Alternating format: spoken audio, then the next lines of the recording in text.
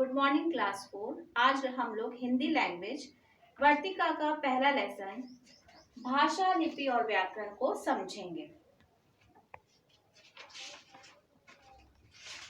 Page number 5। हम अपने विचारों या भावों को मुख्य रूप से लिखकर या बोलकर दूसरों तक पहुंचाते हैं। जैसे बोलकर पहुंचाते हैं तो वो क्या होगा, नेताजी भाषण दे रहे हैं, मतलब भाषण के द्वारा, मुंह से बोलकर भाषण द्वारा अपने विचारों को क्या कर रहे हैं, दूसरों तक पहुंचा रहे हैं। अपने विचारों या भावों को मुख्य रूप से लिखकर, तो इसमें क्या होगा, रमा पत्र लिख रही है, अपने भावों या विचारों को वो लिखकर क्या कर रही है, प्रकट कर रही है। इसके बाद है, हम दूसरों के विचारों या भावों को सुनकर या पढ़कर भी समझते हैं। जैसे माँ कहानी सुना रही है तो क्या होगा, माँ सुना रही है और बच्चे क्या कर रहे हैं, समझने की कोशिश कर रहे हैं। तीसरा, विचारों या भावों को व्यक्त करने का एक और भी ढंग होता है जिसे हम क्या कहते हैं, संकेत द्वारा। इसमें क्या है, संकेत में मोहन संकेत करके पानी मांग रहा है, पानी संकेत ऐसे कर रहा है और क्या कर रहा है, पानी मांग रहा है। ये होती है भाषा का तीसरा रूप। अब हम भाषा की उत्पत्ति समझेंगे कैसे हुई थी। भाषा शब्द संस्कृत भाषा की धातु से बना है, जिसका अर्थ होता है बोलना या प्रकट करना। बोलना मतलब बोलकर अपने बातों को समझाना या प्रकट करना। अतः भाषा का शाब्दिक अर्थ है अपने भावों या विचारों को कहना या व्यक्त करना। भाव मतलब क्या होते हैं, हमारी फीलिंग। कभी हम गुस्से बहुत तेज बोलते हैं, प्यार से हम बहुत नर्म होके बोलते हैं। और विचार जो हम अपने दिमाग में सोच रहे हैं या चला रहे हैं, उसको जब हम व्यक्त करते हैं। भाषा विचारों भावों को प्रकट करने का माध्यम को ही हम क्या कहते हैं, भाषा। भाषा द्वारा ही हम दूसरों की बातें समझते हैं तथा अपनी बातें दूसरों को समझाते हैं। भाषा एक ऐसा माध्यम है जिससे हम अपनी बात दूसरों को समझा सकते हैं और दूसरा हमारे अपनी बात हमको समझा सकता है। राष्ट्रभाषा भाषा का एक रूप है राष्ट्रभाषा। हिंदी हमारे देश की राजभाषा है, इसे राष्ट्रभाषा भी कहते हैं क्योंकि यह हमारे देश के एक बड़े भूभाग में बोली जाती है। लगभग 12 राज्यों में बोली जाती है। जैसे कुछ उदाहरण देके बताया गया है, उत्तर प्रदेश, बिहार, राजस्थान, उत्तराखंड, मध्य प्रदेश आदि।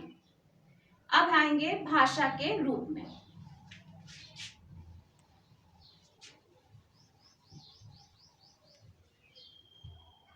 भाषा के, अभी हमने पढ़ा था शुरू में, भाषा के 3 रूप होते हैं।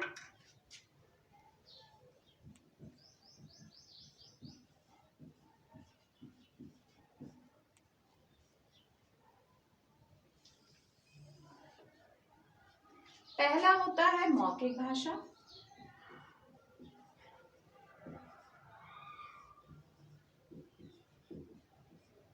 दूसरा होता है लिखित भाषा,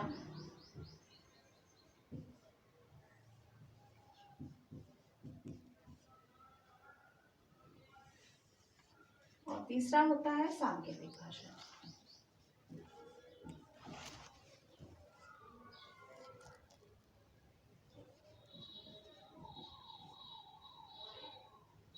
ये हमारे भाषा के 3 रूप, पहला मौखिक भाषा, लिखित भाषा और सांकेतिक भाषा। ये हमारे भाषा के 3 रूप होते हैं। 3 रूप।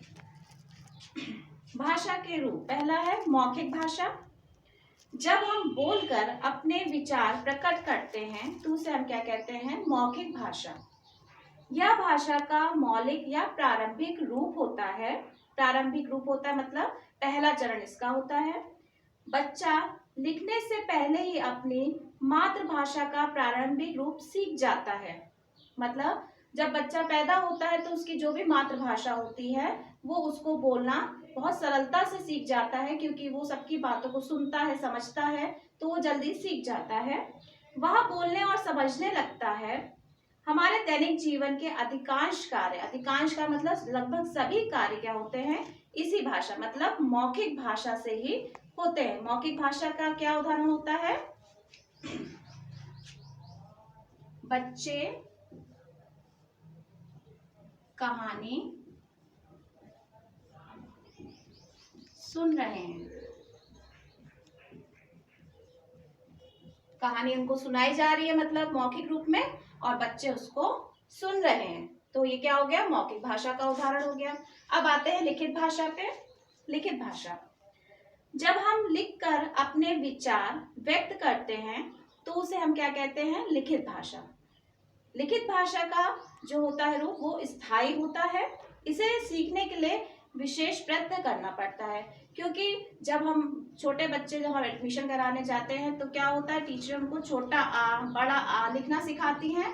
तो इसको लिखित भाषा में सीखने के लिए हमें क्या करना पड़ता है, विशेष प्रयत्न करना पड़ता है, मेहनत करनी पड़ती है। लिखित भाषा का क्या उदाहरण हो सकता है,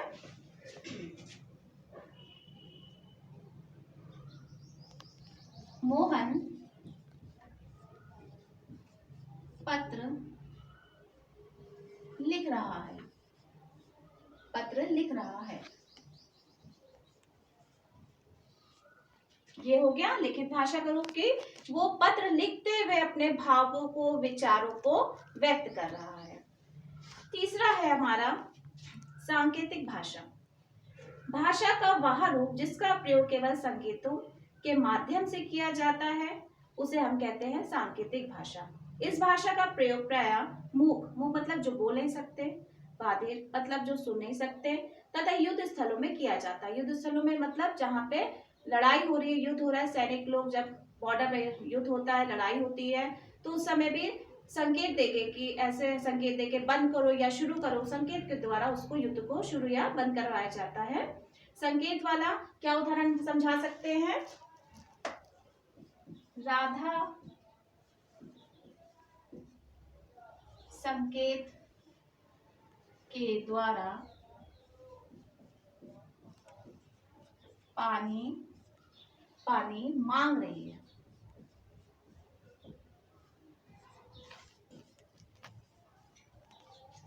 मतलब क्या कर रही है, संकेत के द्वारा ऐसे संकेत करके वो कह रही है पानी पानी मांग रही है। तो ये हमारा क्या हो गया, सांकेतिक भाषा का उदाहरण हो गया। तो भाषा में इतना ही था। अब आगे बढ़ते हैं हम लोग लिपि।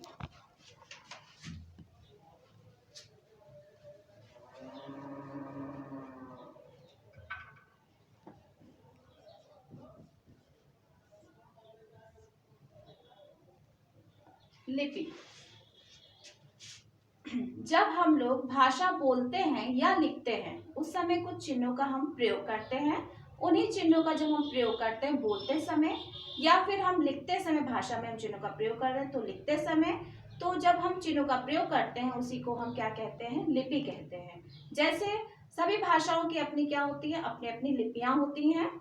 हिंदी की अलग, हिंदी की हमारी देवनागरिक लिपि है, अंग्रेजी की रोमन लिपि है, पंजाबी की गुरुमुखी है। उसी तरह सभी भाषाओं की अपनी अपनी लिपि होती है जिसका प्रयोग करके हम अपने भाषा को क्या करते हैं, संकेत द्वारा पूरा करते हैं। जैसे अंग्रेजी में हम कहेंगे जब हम कुछ ध्वनियां निकल रही है, चिन्ह निकल रहे हैं, जैसे ए बी, तो ये क्या है, इनको हम चिन्हों को जब मिला के कुछ लिखेंगे, प्रयोग करेंगे तो हमारी ये लिपि अंग्रेजी की हो जाएगी। इसी तरह हिंदी में क्या होता है, छोटा आ, बड़ा आ, का, खा, गा, कुछ भी जब हम बोलते हैं या फिर लिखते समय भाषा में इनका प्रयोग करते हैं तो इन्हीं चिन्हों को हम क्या कहते हैं, लिपि कहते हैं। ये हमारी क्या हो जाती है, लिपि, और ये क्या हो जाते हैं हमारे चिन्ह।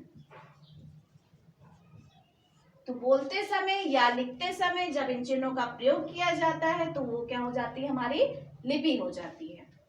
इसके बाद है हमारा व्याकरण।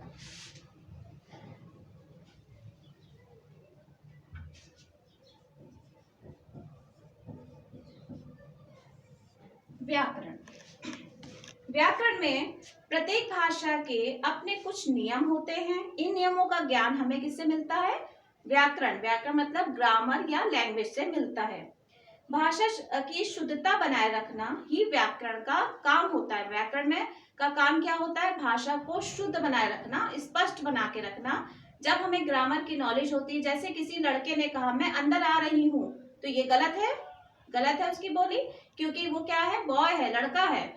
हमको कैसे पता चला, क्योंकि हमें ग्रामर में लिंग पढ़ा हमने, क्या कितने होते हैं, दो प्रकार के, स्त्रीलिंग और पुल्लिंग। स्त्रीलिंग में क्या होता है, मैं जा रही हूँ, मैं आ रही हूँ बोल के हम लोग बोलते हैं, लेकिन पुल्लिंग में क्या होता है, मैं जा रहा हूँ, मैं काम कर रहा हूँ।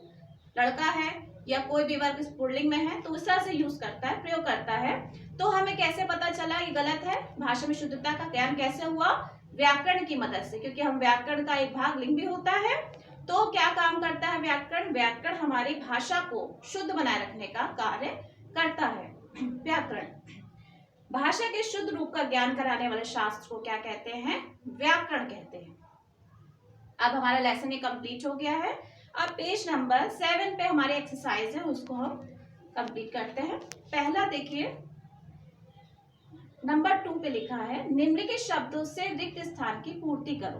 बॉक्स में सभी आंसर लिखे हैं। का वाला देखिए, भाषा विचारों और भावों को प्रकट करने का डैश है। क्या है? माध्यम है। पहले का होगा माध्यम। दूसरा, भाषा के डैश रूप होते हैं, मतलब कितने रूप होते हैं? 3 रूप होते हैं। ग वाला डैश हमसे हमें भाषा के सही रूप की जानकारी मिलती है। किससे मिलती है? अभी हमने पढ़ा था व्याकरण से। घ डैश भाषा को स्थायी बनाती है। तो कौन सी भाषा बनाती है? जो बचा लास्ट, लिखित भाषा। लिखित भाषा भाषा को स्थायी बनाती है। अब थर्ड नंबर की एक्सरसाइज देखते हैं। निम्नलिखित में से जो कथन लिखित भाषा से संबंधित है उनके सामने लिखित भाषा तथा जो मौखिक भाषा से संबंधित है उनके सामने मौखिक भाषा लिखो। इसमें कहा है यह भाषा का प्रारंभिक रूप है। तो इसमें क्या लिखेंगे? प्रारंभिक रूप हमने पढ़ते समय क्या बताया था? मौलिक प्रारंभिक रूप मौखिक भाषा। तो इसमें आएगा मौखिक भाषा। दूसरा खा है, इसे सीखने के लिए विशेष प्रयत्न करना पड़ता है। मैं पढ़ाते समय आपको बताया था, जब छोटे बच्चे एडमिशन लेते हैं तो क्या करते हैं? लिखने का विशेष प्रयत्न किसे करना पड़ता है? लिखित भाषा में। तो इसका आंसर क्या होगा? लिखित भाषा। ग हमारे दैनिक जीवन में अधिकांश कार्य इसी भाषा में होता है। ये भी अभी पढ़ाया था। कौन सी भाषा में ज्यादातर हमारे कार्य होते हैं? मौखिक भाषा। तो गा का आंसर क्या होगा? मौखिक भाषा। घ यह भाषा का स्थायी रूप है। भाषा का स्थायी रूप क्या है? लिखित भाषा। तो इस घ का आंसर क्या होगा? लिखित भाषा। फोर्थ एक्सरसाइज, नीचे कुछ प्रश्नों के नाम लिखे हैं प्रदेशों के साथ। उनके सामने उन प्रदेशों की भाषाओं को लिखो। क पहला है एक्सरसाइज नंबर है 4। पहला है क पंजाब। इसका क्या होगा? इसका उत्तर होगा पंजाबी। तो इसके सामने हम क्या लिखेंगे? बुक में आप लिखिए पंजाबी। पंजाब में कौन सी भाषा बोली जाती है? पंजाबी। खा है हरियाणा।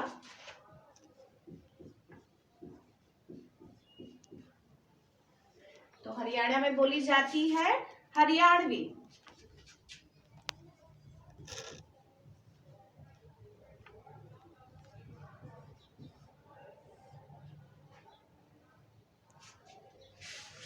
ग में है केरल। केरल में कौन सी भाषा बोली जाती है? मलयालम।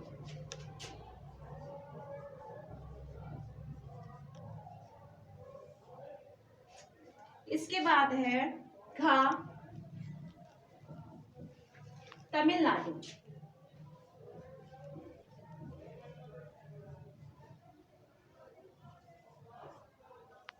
तमिलनाडु में कौन सी भाषा बोली जाती है? तमिल।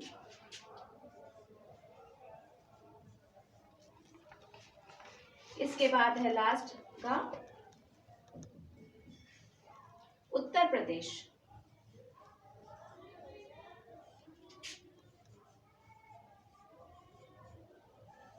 उत्तर प्रदेश में हिंदी।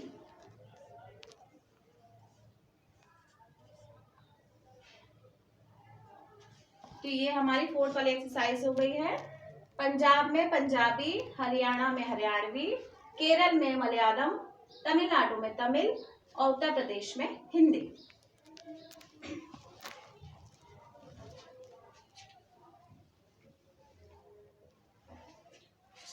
इसके बाद है 5वीं एक्सरसाइज, निम्नलिखित में से कौन सा जोड़ा गलत है? सबके सामने बॉक्स बने हैं। तो पहला का है गुजरात, गुजराती। तो ये सही है। तो बॉक्स जो आपका ये बना है इस तरह से, उस पे आप इस तरह से सही का निशान लगाओ। खा, पश्चिम बंगाल, बंगाली, ये भी सही है। इसी तरह बॉक्स में सही का निशान बनेगा। ग, महाराष्ट्र, महाराष्ट्री, ये गलत है क्योंकि महाराष्ट्र में मराठी बोली जाती है। तो यहाँ पे गा वाले में क्या करेंगे, बॉक्स जो बना है आपका उसमें हम गलत का निशान लगाएंगे। इसके बाद घ, कश्मीर, कश्मीरी, ये भी सही है। तो इसमें बॉक्स में सही का निशान लगाएंगे। मतलब इसमें कौन सा जोड़ा गलत है, महाराष्ट्र का महाराष्ट्री, जो कि गलत है। और इसका आंसर क्या है, मराठी है, इसलिए ये गलत है। तो यहाँ पे आपने गलत का निशान लगाया। तो बच्चों, इस प्रकार इस वीडियो के साथ हमारा चैप्टर पूरा हुआ। Thank you.